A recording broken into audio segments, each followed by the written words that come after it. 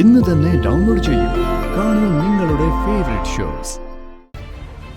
ഇനി ഞാൻ എവിടെയും ജോലിക്ക് പോകണ്ട, പുതിയ വീട്ടിൽ വെറുതെ ഇരുന്നാ മതി, പൊന്നുപോലെ നോക്കിക്കൊള്ളാന്നാ പറഞ്ഞത്. സ്വന്തമായിട്ട് ഒരു സെന്റ് മണ്ണ് പോലും ഇല്ലാത്ത എനിക്ക് ഇതിൽ കൂടുതൽ എന്ത് ഭാഗ്യം വേണം മോളെ? ഇതൊന്നും കാണാൻ മാധവേട്ടനും ചന്ദ്രികാമ്മയും ഒന്നും ഇല്ലാതെ പോയല്ലോ എന്നാ ഞാൻ ആലോചിക്കുന്നത്. എന്റെ കയ്യില് ആകെ ഉണ്ടായിരുന്ന സമ്പാദ്യം 40,000 രൂപയാ. ഞാനത് പ്രകാശന്റെ കയ്യിലങ്ങ് ഏൽപ്പിച്ചു. എനിക്കിനി എന്തിനാ പൈസ?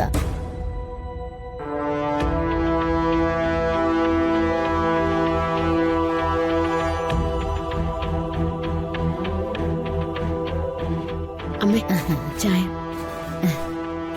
മോളെ, അച്ഛനെയും അമ്മയും കാണാനില്ലെന്ന് അറിഞ്ഞിട്ടേ ഭർത്താവിന്റെ വീട്ടിൽ നിന്ന് വന്നാണോ മോള്? അവർക്കൊന്നും സംഭവിക്കില്ല മോളെ, അവരിങ്ങ് മടങ്ങി വരും. അത്ര നല്ല മനസ്സാ മാധവേട്ടന്റെയും ചന്ദ്രികാമ്മയുടെയും.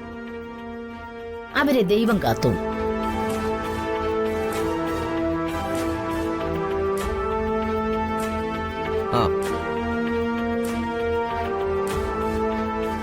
സുമിത്രയുടെ നാള് നോക്കിയിട്ടാണ് പാലുകാച്ചിന്റെ ഡേറ്റ് ഞാൻ നിശ്ചയിച്ചിരിക്കുന്നത്.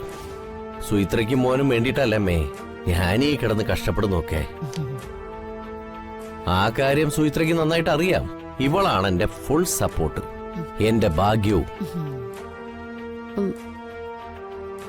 അല്ല, ഈ ചായക്ക് വല്ല പുളിയും ഉണ്ടോ?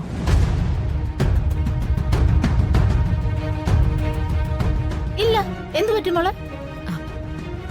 പാകം ഒത്തില്ലെങ്കിലേ പിന്നെ എത്ര നല്ലതെന്ന് പറഞ്ഞിട്ടും ഒരു കാര്യമില്ല.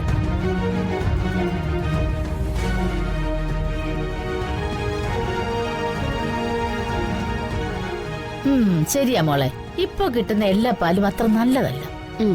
അതെ അമ്മ, വെളുത്തിരിക്കുന്നതൊന്നും പാലല്ല. ചില വിഷത്തിന്റെ കളറും വെളുപ്പാ.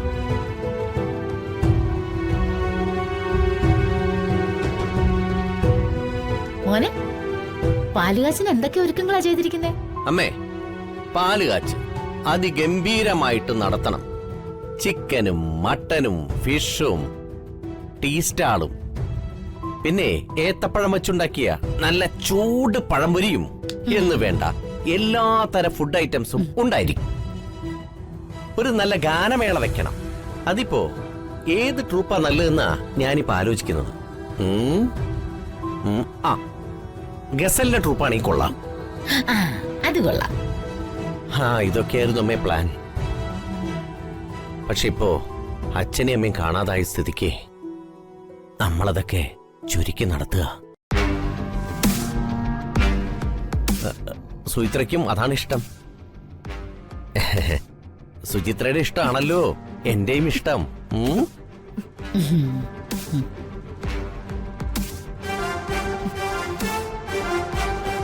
നിങ്ങൾ സംസാരിക്ക്, എനിക്ക് അടുക്കളയിൽ കുറച്ച് ജോലിയുണ്ട്. മോനെ, ബാക്കി വിശേഷം പറ. വിശേഷം അതെ, എനിക്ക് 1-2 പേരെ വിളിക്കാനുണ്ട്. നമുക്ക് പിന്നീട് സംസാരിക്കാം. ഇപ്പൊ അമ്മ ചായ കുടിക്കേ, ചായ കുടിക്കേ. പിന്നെ പാല് കാച്ചുണ്ടല്ലോ, പാല് കാച്ചി ഞാൻ പറഞ്ഞ ഡേറ്റ് തന്നെ നടത്തും. ഓക്കെ. മാനത്തെ കൊട്ടാരം